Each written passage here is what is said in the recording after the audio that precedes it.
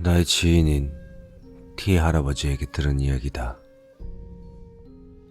T 할아버진 젊을 적 동료와 함께 산에서 노가다를 뛰었단다. 신입 시절 무렵 산에서 하룻밤 꼬박 일을 하게 되었다고 한다. 그런데 웬 아름다운 여자가 수풀 속에서 자신을 바라보고 있었다. 주변에 민가는 없었기에 이상하다 싶었지만 영 손에 익지 않은 일을 열심히 하고 있는 사이 여자는 사라져버렸다고 한다.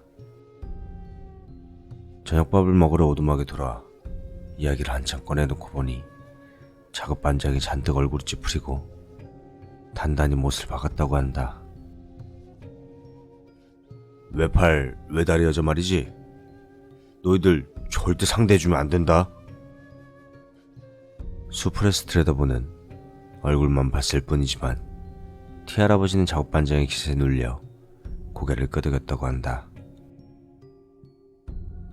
다음 날에도 여자는 수풀 속에서 들여다보고 있었다.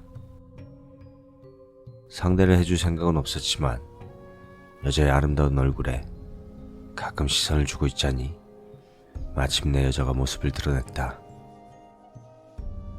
여자는 정말로 외팔의 외다리였다. 그런 몸으로 깡충깡충 뛰어와 곁에 오더니 곡간을 만지대기 시작하더란다. 아직은 젊었던 데다가 동정이었던 T 할아버지는 기겁하면 냅다 밀쳤지만 여자는 솜씨 좋게 몸을 바로잡더니 능글능글 웃었다. 그리고는 수풀 속으로 이내 사라지더라는 것이다.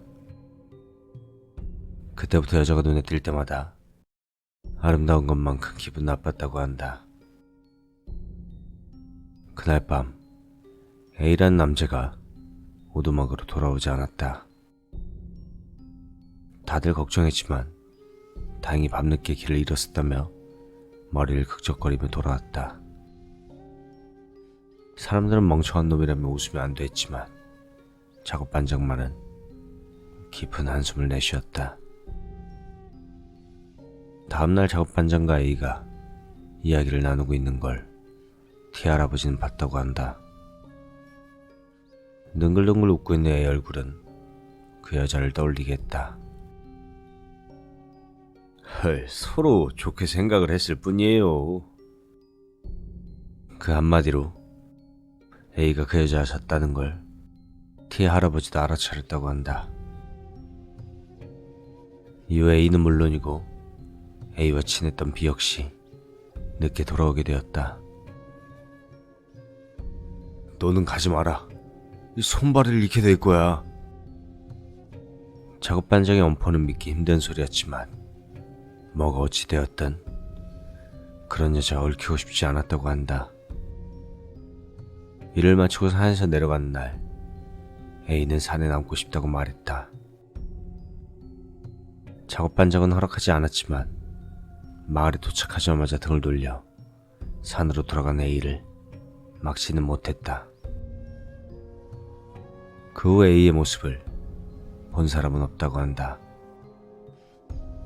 다음 일터엔 A도 B도 나타나지 않았다.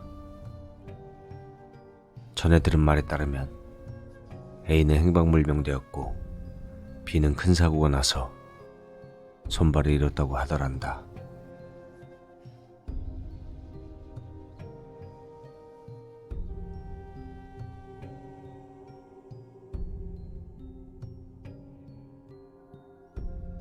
해체 전문 회사에서 아르바이트를 한 적이 있다. 온갖 이상한 집과 괴상한 것들을 마주할 수 있었지. 산속 깊은 곳에 있는 낡아 빠진 집 같은 건 특히 그렇다. 서랍 속에 뼈가 가득 들어있질 않나 벽 속에 긴 머리카락이 들어있기도 하고 집 한가운데 입구도 없는 방이 덩그러니 있기도 했다. 그 안에는 작은 신사문이 세워져 있었고 뭐 어찌되었든 죄다 때려 부수고 덤프트럭에 실어서 쓰레기로 처리해버리지만 정말 기분 나쁜 경우에는 술과 소금을 뿌리기도 한다. 어쨌든 결국 죄다 버리는 건 똑같았다. 그러던 어느 날 어느 계곡에 있는 오래된 대주택을 해체하는 작업이 들어왔다. 나는 운전기사 겸 사장이랑 사장 아들과 함께 예비조사를 하러 갔다. 집안에 뭐가 있고 어떤 게 들어있는지는 사장하고 사장 아들이 할 일이라 나는 밖에서 담배를 피우며 가져온 만화책을 읽고 있었다. 그러자 시골에서 보긴 드문 고급차에 호기심이 동했는지 근처에 산 할머니가 내게 말을 걸었다. 여기는 뭐하러 왔노? 이 집을 좀 부수고 싶다고 의뢰가 들어와서요. 저희는 뭐 그런 거 전문으로 하는 회사입니다. 그러자 할머니는 아, 이 돌집이 부서지는 거구나. 이렇게 말했다. 보기에는 별거 없는 나무로 지은 집인데. 왜요? 그냥 돌집인데요? 이렇게 묻자 할머니는 아니, 돌이 있어. 이렇게 대답했다. 그게 뭔데요? 부수면 뭐 저주 같은 거 받는 건가? 나는 웃으며 농담을 건넸다. 할머니도 웃으며 대답해줬다. 나도 모른다. 근데 이상한 돌이 있다고 하더라. 흥미가 생겨 나는 집으로 직접 들어가 보기로 했다. 문을 넘어 들어가자 안방과 넓은 뜰이 보인다. 그리고 그 뜰 한 구석에는 창고가 3개 줄지어 서 있었다. 마침 그곳에 사장 아들이 보이길래 나는 창고 쪽으로 걸어갔다. 사장하고 사장 아들이 있던 건 세 창고 중 가운데 것이었다. 사장은 그 안에 있었는데 창고 가운데 뭔가 이상했다.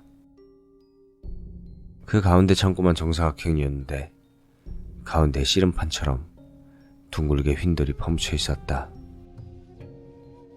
원 중앙에는 1m 길이 각진 검은 돌판과 휜 돌판이 서로 마주보듯 서 있었다. 사장은 계속 그걸 바라보고 있었다. 내게는 그저 회상하다는 생각만 들 뿐이었다. 그날은 조사를 마치고 돌아왔지만 며칠 뒤 그 집 해체를 진행하게 되었다. 해체하는 첫날 아침 회사에 나가자 무슨 일인지 사장이 직접 나와 우리에게 말했다. 창고 안에 있는 돌판은 절대 건드리지 말고 그대로 가지고 오라고. 우리는 현장으로 향했다. 목조 가옥은 부수는데 큰 어려움이 없다. 적절한 공간만 있으면 기계로 가볍게 때려 부셔버릴 수 있으니까. 하지만 아침에 사장이 한 말이 있었기 때문에 가운데 창고에는 손을 대지 않고 다른 곳부터 부숴나갔다. 그리고 며칠이 지나 가운데 창고만 남았다. 다들 창고 안으로 들어가 돌판을 어떻게 할까 생각하고 있을 무렵이었다. 갑자기 현장의 리더 격인 중국인 코우 씨가 창고 밖으로 뛰쳐나와 토하기 시작했다. 쿄우 씨, 왜 그래요?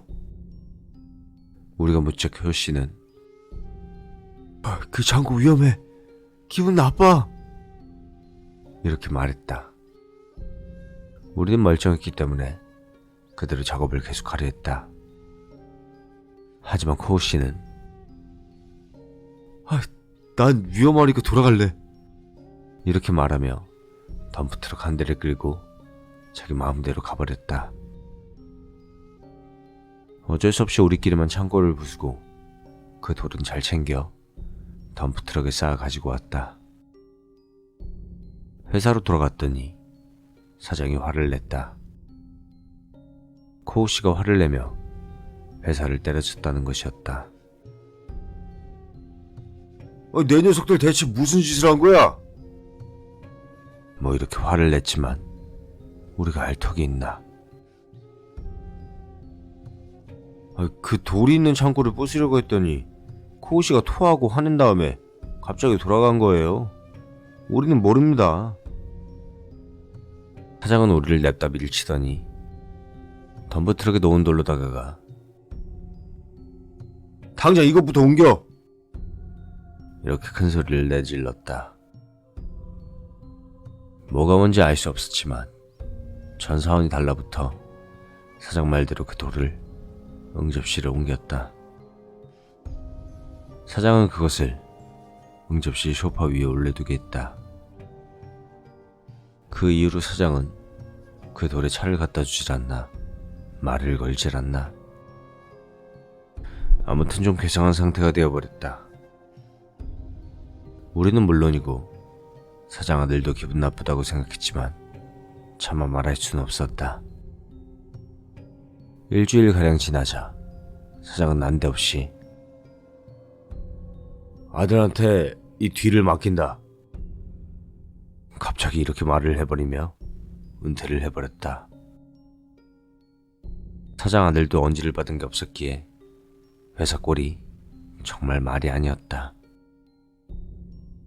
이래서는 일도 제대로 못하겠다 싶어 나는 한동안 쉬기로 하고 오키나와에 2주간 여행을 떠났다. 돌아와 보니 회사는 완전히 체제전환이 끝나 있었다. 사장 아들에게 사장은 어떻게 됐냐고 묻자 그 돌을 가지고 시골로 내려갔다는 대답이 돌아왔다. 암만 연락을 해도 돌아오질 않는다면서. 나는 사장 아들에게 그 돌 혹시 위험한 거 아니야? 이렇게 물었다. 사장 아들도 비슷한 생각을 했는지 수소문을 해봤더란다. 하지만 과거 그 창고에서 사람이 돌 죽었다는 얘기만 들었을 뿐 다른 얘기는 없었다고 한다. 한 사람은 그 집 주인, 다른 한 사람은 누군지도 모르는 웬 남자. 두 사건 모두 사건으로 처리되지도 않았다고 한다. 그로부터 몇 달 후 나도 아르바이트를 그만뒀다. 그렇기 때문에 이후에 사장이 어떻게 되었는지는 모른다. 다만 10년이 지난 지금도 그 회사는 멀쩡히 잘 돌아가고 있다. 아들이 경영수완이 있는지 사옥도 새로 세웠더라고. 지금도 가끔 그 돌이 뭐였는지 위험하거나 이상한 것인지 생각이 나곤 한다.